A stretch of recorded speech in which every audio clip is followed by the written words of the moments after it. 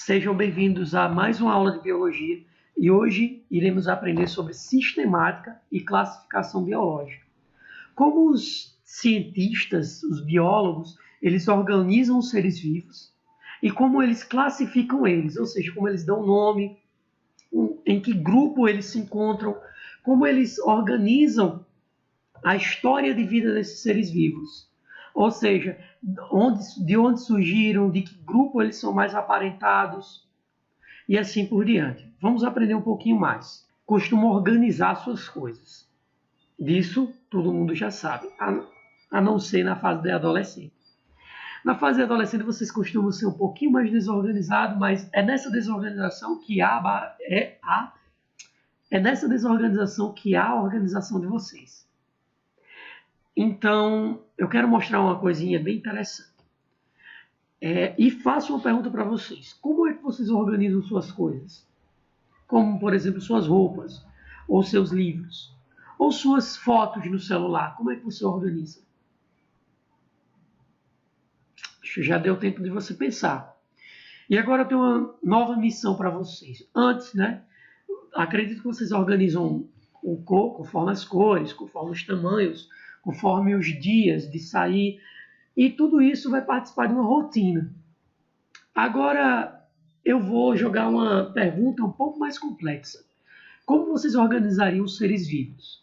Aqui eu tenho um conjunto de seres vivos. Vou botar aqui uma cor de uma caneta. Só um minuto. Vou botar uma cor de uma caneta aqui. Aqui nós temos um conjunto de seres vivos. Aqui nós temos um conjunto de seres vivos. É uma barata, uma borboleta, um camarão, uma aranha, um emboá, uma centopeia. Esses são os nomes comuns: escorpião, caranguejo, um percevejo e uma abelha. Como é que vocês organizariam esses seres vivos? Eu vou dar um tempinho aí, vocês vão pausar o vídeo e vocês vão tentar organizar eles em grupo. Eu quero que vocês organizem eles em 4 grupos. Melhor, em 3 grupos. Como vocês organizariam eles em 3 grupos? Para o vídeo e tenta organizar. Pronto, já deu o tempo. Uma das maneiras que os cientistas... Desculpa, eu estou meio alérgico. Uma das maneiras que os cientistas organizam os bichos é de acordo com o formato do corpo deles. Por exemplo, nesses bichos que eu apresentei para vocês, tem aqueles que são divididos em cabeça, tórax e abdômen. Já aqueles não têm a parte da cabeça fundida com o tórax.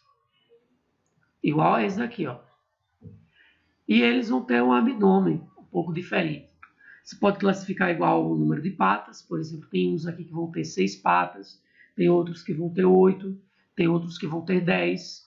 Pode classificar do número de antenas. Tem um que vai ter 2 antenas, outro que não vai ter nenhuma, outro que não vai ter, que vai ter 4. Então, há várias maneiras de vocês classificarem esses bichos aqui que eu coloquei.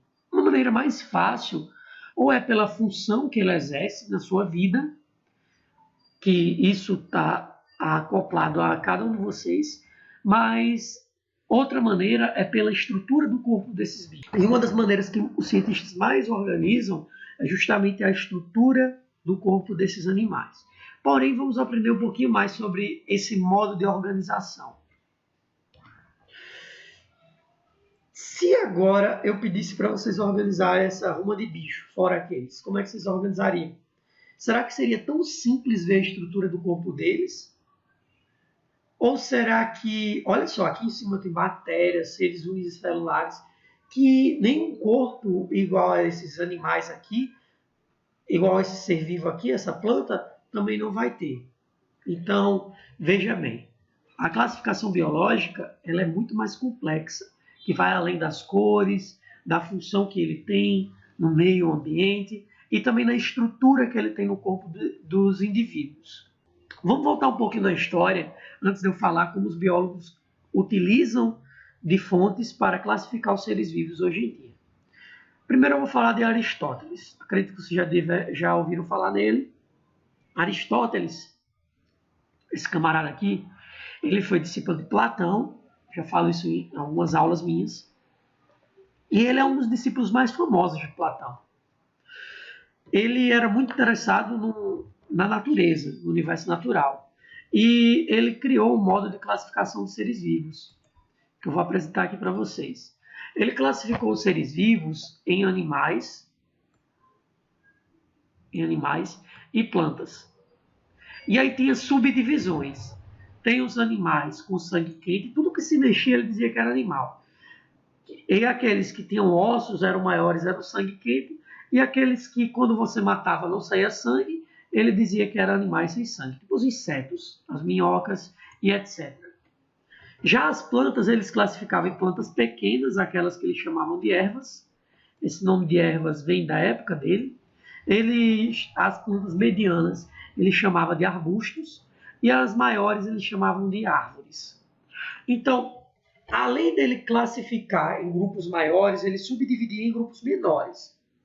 E assim, ele chamou essa grande classificação de reino dos vegetais, que ele colocava aqui todos os seres vivos que não se mexiam, tipo plantas pequenininhas, maiores. Ele colocava também fungos aqui dentro. E os animais que eram aqueles seres vivos que se mexiam. Nos animais ele colocava os pássaros, os anfíbios, peixes, minhocas, seja de sangue quente ou de sangue frio. Então, isso é uma classificação bem antiga de Aristóteles. Foi um modo que ele encontrou de organizar os seres vivos. Só que tem um problema nessa classificação. Veja bem. Hoje sabemos que os fungos, eu vou mudar aqui o apontador. Hoje sabemos que os fungos, eles não têm nada a ver com o modo de vida, nem com a história evolutiva das plantas. Ou seja, ele não é aparentado com as plantas. Ele não deveria estar aqui dentro. Hoje sabemos, por exemplo, que existem seres aqui que eles são muito diferentes um do outro, muito, ao nível que poderíamos colocá-los em um grupo totalmente distante, em outra classificação.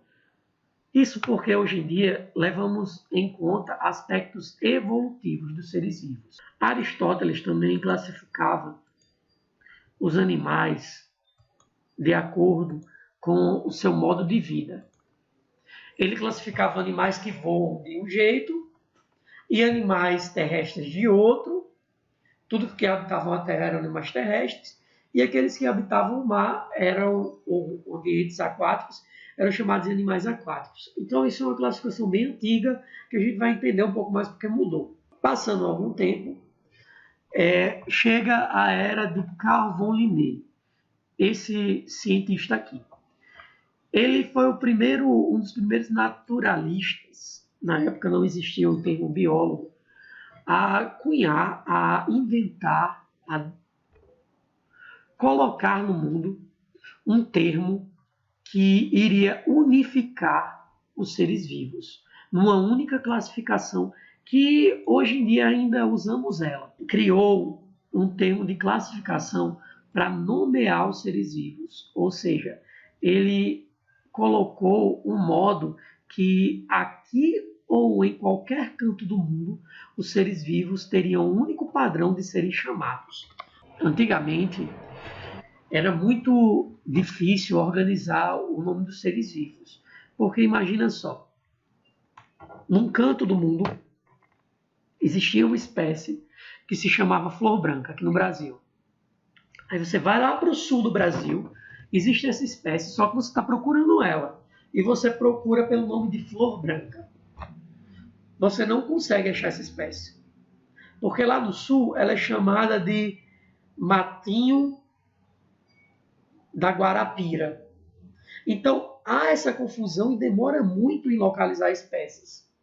E Linneu, ele criou uma maneira de nomear, de dar nome às espécies que seja reconhecido tanto aqui quanto em qualquer outro lugar do mundo. Se eu der um nome de espécie, tem que ser baseada nele, no que ele disse, e esse nome de espécie vai ser reconhecido em qualquer canto do mundo. E Linneu ele criou um meio de chamar os seres vivos de nomenclatura binomial. Essa nomenclatura significa que todo ser vivo, toda espécie, tem que ter dois nomes. Certo? Não é à toa que o nome é chamado de binomial. Toda espécie tem que ter dois nomes. O primeiro nome, vou escrever aqui. O primeiro nome da espécie, já que ela vai ter que ter dois nomes, igual o seu nome aí de casa. Certo? Se você é chamada de Maria José, você tem dois nomes. Certo? Ou Patrícia Letícia, não sei, estou inventando os nomes aí. Você tem dois nomes. Só que você tem mais de dois nomes. Para Linneu, toda espécie deve ter dois nomes. Vamos pegar aqui o nome da espécie humana. O nome da espécie humana se chama Homo. Tá ruim aqui porque eu estou escrevendo com o mouse. Homo sapiens.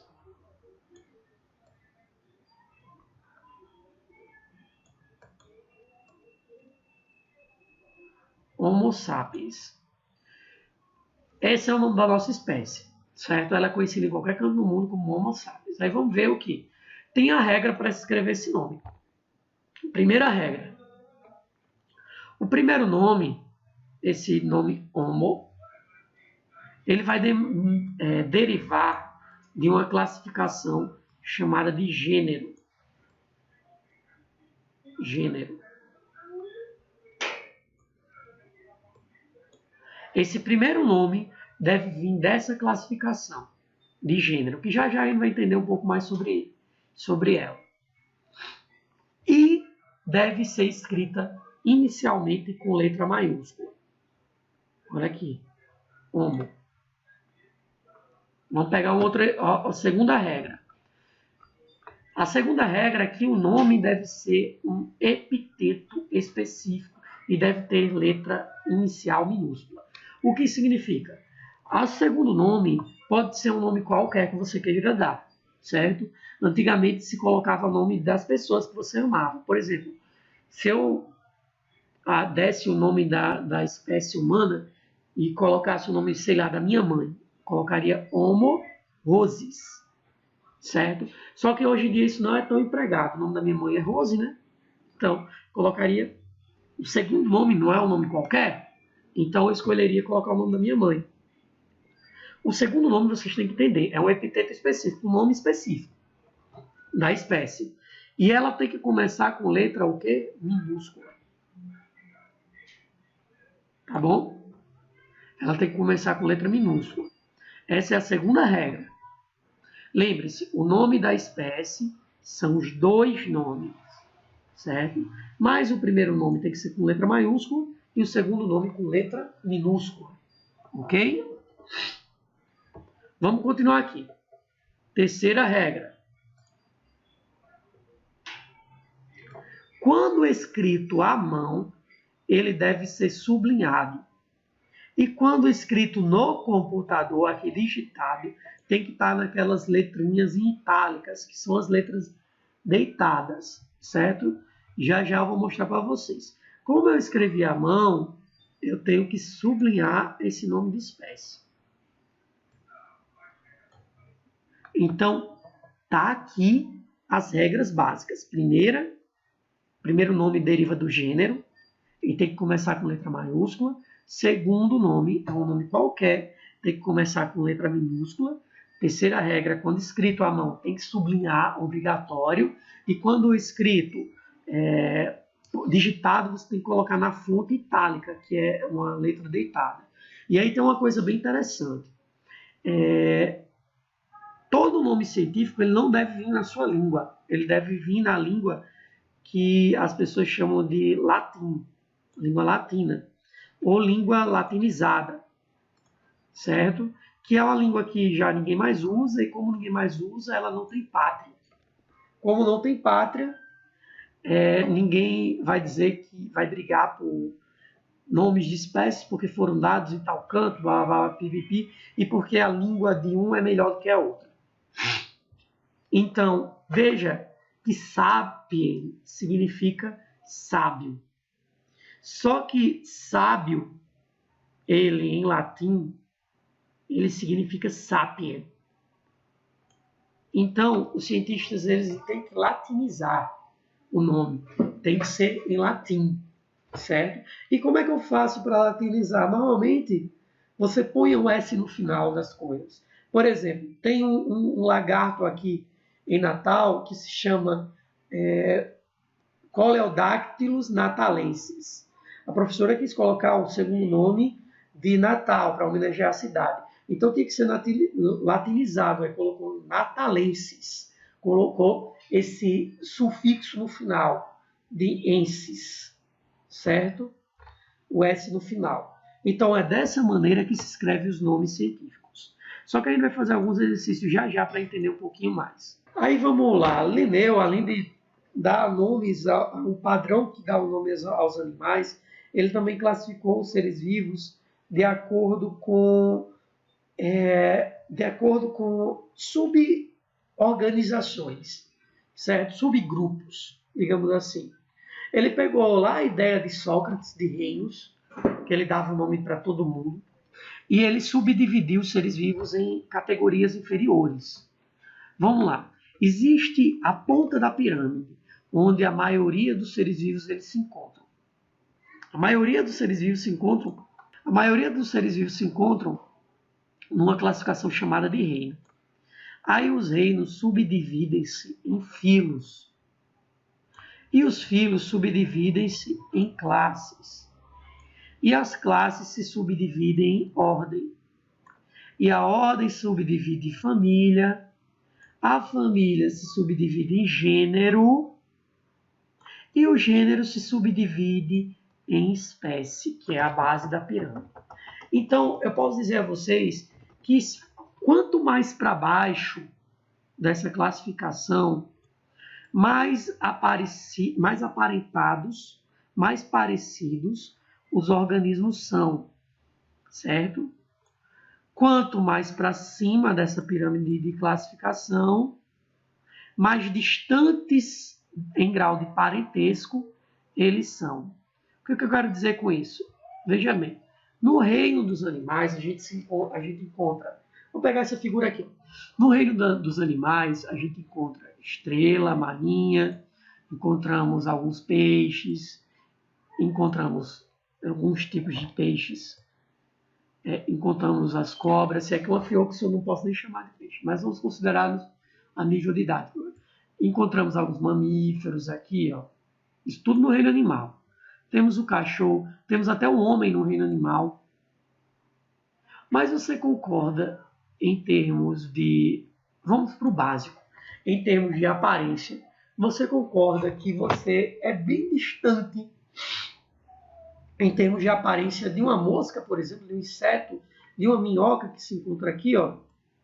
Você concorda? Eu acho que sim. Acho que vocês concordam com isso. Então, quanto mais para cima, o reino é bem abrangente. Ele abrange muitas espécies. Então, são organismos menos aparentados. Quanto mais você desce, mais aparentado fica, até que chega no nível de espécie, que é todo mundo semelhante a todo mundo, o máximo possível. Por exemplo, a espécie humana. Eu garanto que todo mundo vai ter o mesmo padrão de mão, de braços, de configuração anatômica, de cabelo, de olhos, muito mais próximo do que outros tipos de animais. Então, a espécie humana, que é a base da pirâmide que nós temos aqui, ela é muito mais aparentada entre si que se fôssemos colocar aqui na visão de reino. Então, Linneu ele conseguiu organizar os seres vivos nessa categoria, certo? Em reino, filo, classe, ordem, família, gênero e espécie. Quanto mais para baixo, a nível de espécie, mais aparentado, mais próximo evolutivamente vai estar, mais aparentado fisicamente vai ser. Quanto mais para cima, menos aparentado é. E uma maneira de vocês aprenderem esses nomezinhos aqui, decorarem, na verdade, é o macete do reficlofage.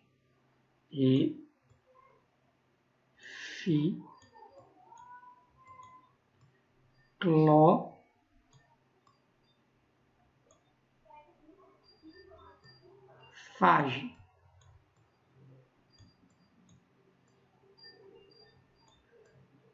Reficlofage. Olha só.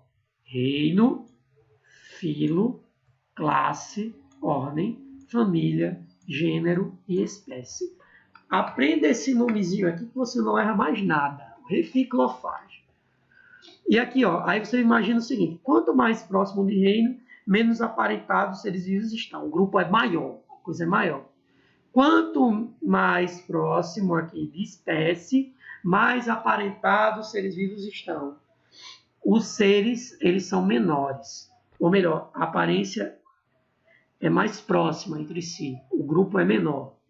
E aqui a gente pega o nome, como é que a gente nomeia os seres vivos, segundo essa figura daqui de cima, pegando a ideia de Linneu. Olha só que legal. Vamos então dar nome ao cachorro, certo?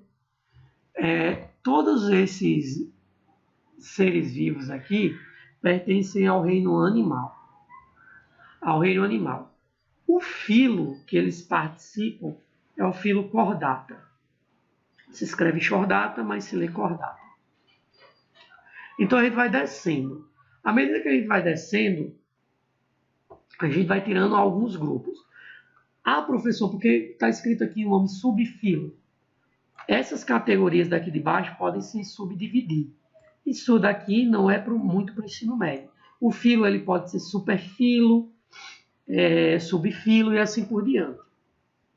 Isso aqui pode se subdividir, certo? Teremos superclasse, subclasse, superordem, subordem, superfamília, subfamília. Isso aqui pode se subdividir, mas isso não vem ao caso. Mas vamos continuar aqui. Olha só. Quando eu tiro do reino e coloco no filo Chordata, já sumiu um bocado de bicho.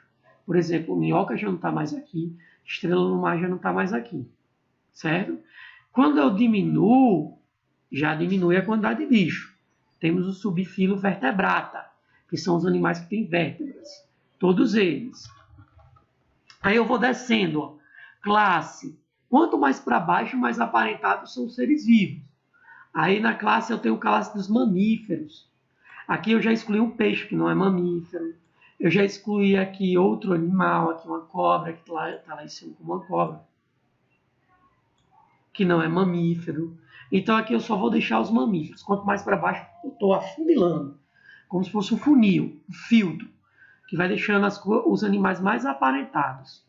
Aí eu entro na ordem dos carnívoros. Nos carnívoros eu tiro os herbívoros e onívoros, como o ser humano, cavalo. Temos animais cada vez mais aparentados. Aí eu tenho a família, agora, dos canídeos, que eu deixo aqui só animais com presas, cada um tem suas características. Aí eu tirei aqui as onças, tirei aqui o urso. Cada vez mais eu estou deixando animais mais aparentados. Eu chego agora a gênero. Gênero Canis. No gênero Canis eu tenho o lobo, a raposa e o cão doméstico. Então, cada vez mais aparentados. E aí eu chego a nível de espécie.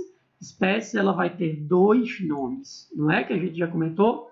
O primeiro nome tem que começar com letra minúscula e como está digitado, está em itálico. Mas o primeiro nome vem de quê? Do gênero. E qual é o gênero? O gênero Canis. Se o gênero desse animal fosse gênero Catus, por exemplo, o primeiro nome dele seria Catus. E o segundo nome dele é um epíteto específico que começa com letra minúscula, familiares. Então, como é o nome dessa espécie?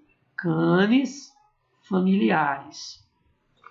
Então, essas são regras muito importantes que vocês têm que voltar ao vídeo, leiam um pouco no livro, mas obedeçam essas regras. Vamos exercitá-las. E é como eu disse a vocês, ó, um reino ele pode ser subdividido em grupos, certo? Ele pode ter o super-reino, o sub-reino, o infra-reino.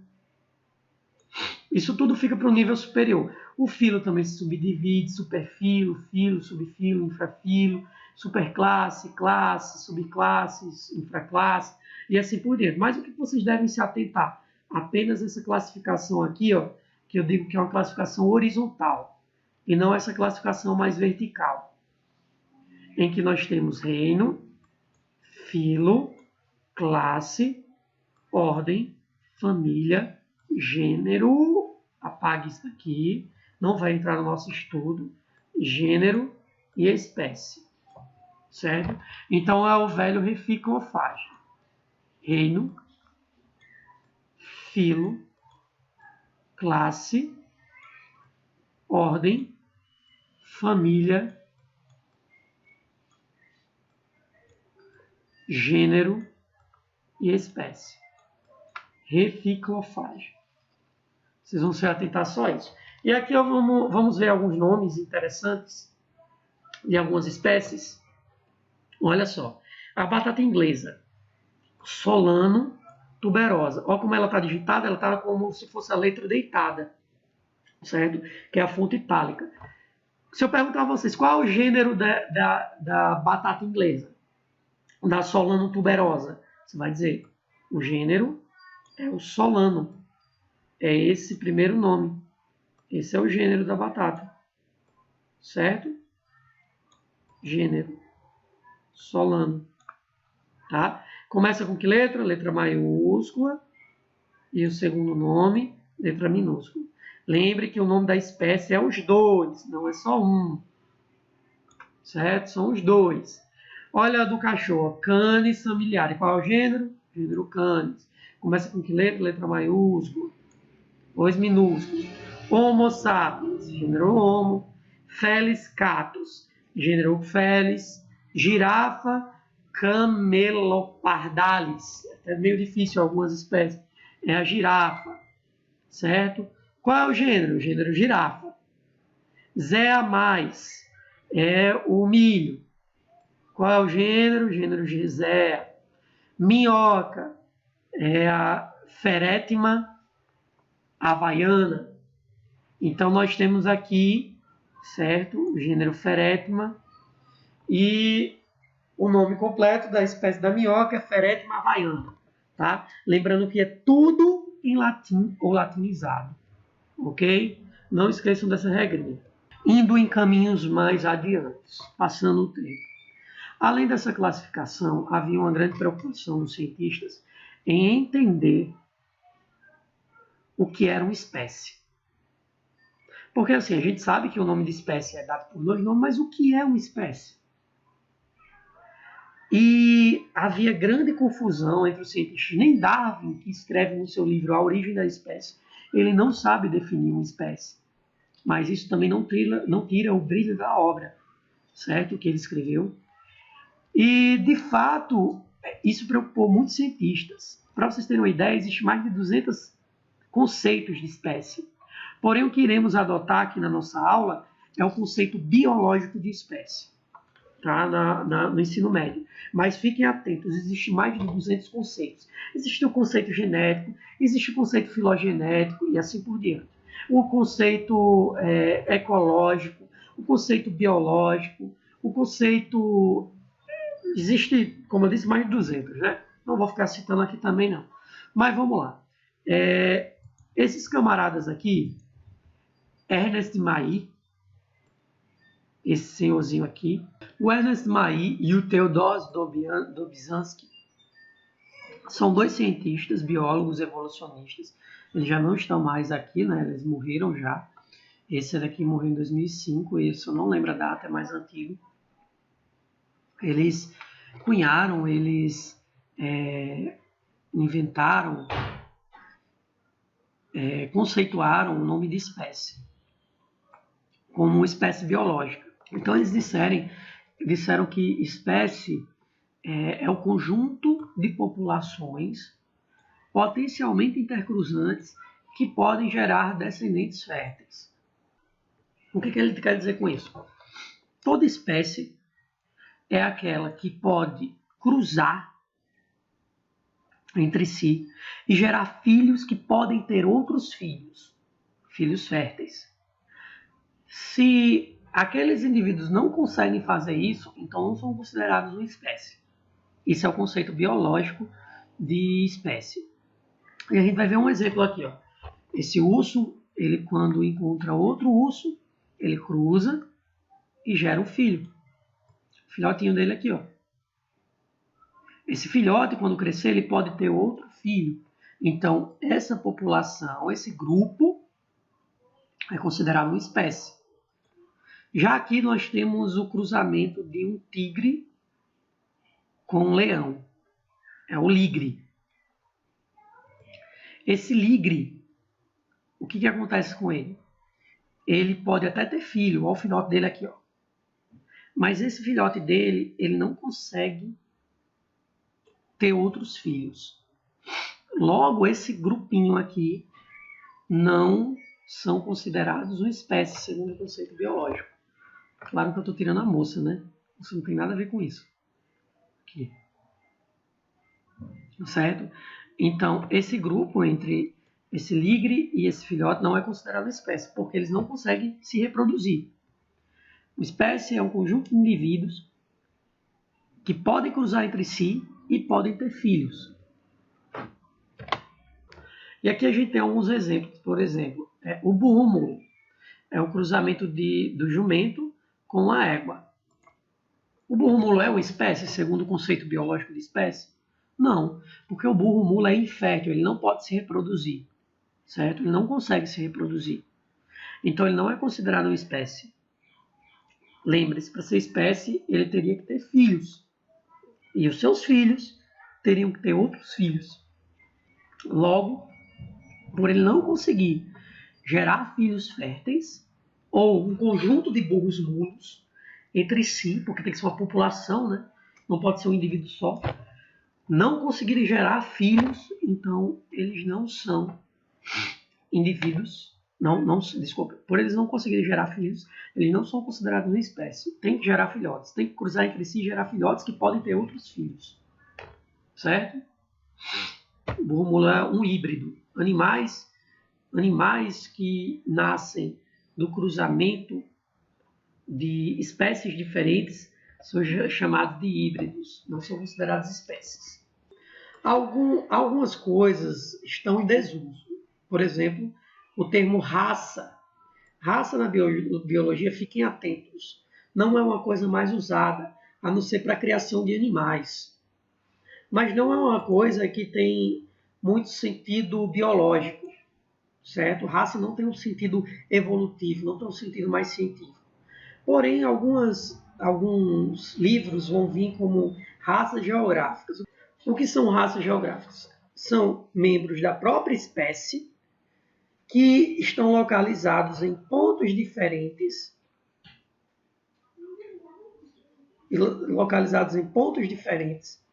e esses têm organizações diferentes entre si,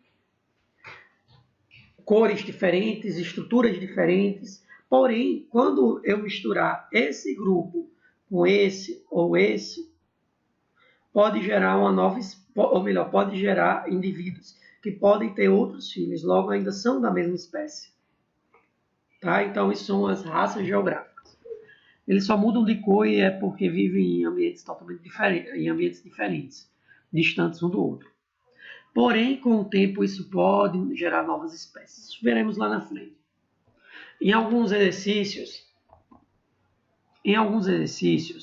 vocês podem encontrar organismos com 3 nomes. Por exemplo, Homo,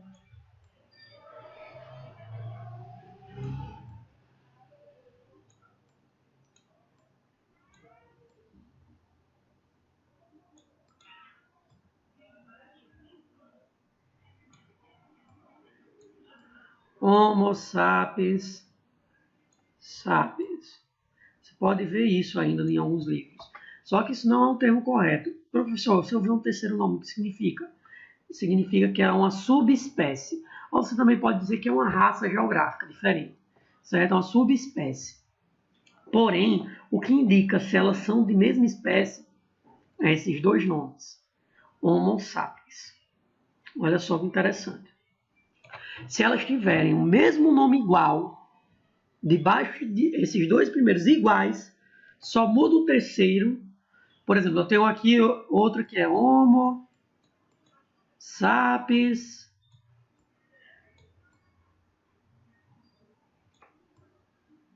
Homo sapiens bolsominions.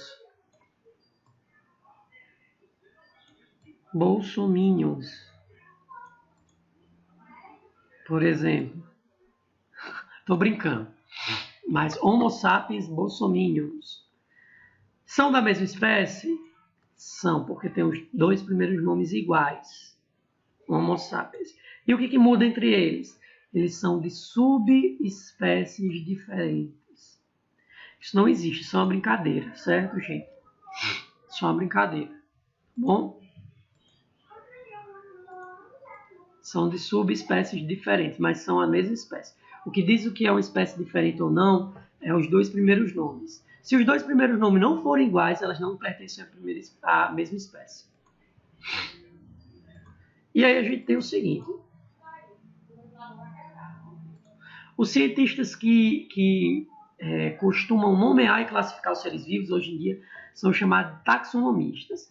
E assim, a parte da biologia que estuda, que classifica os seres vivos e nomeia eles é a taxonomia.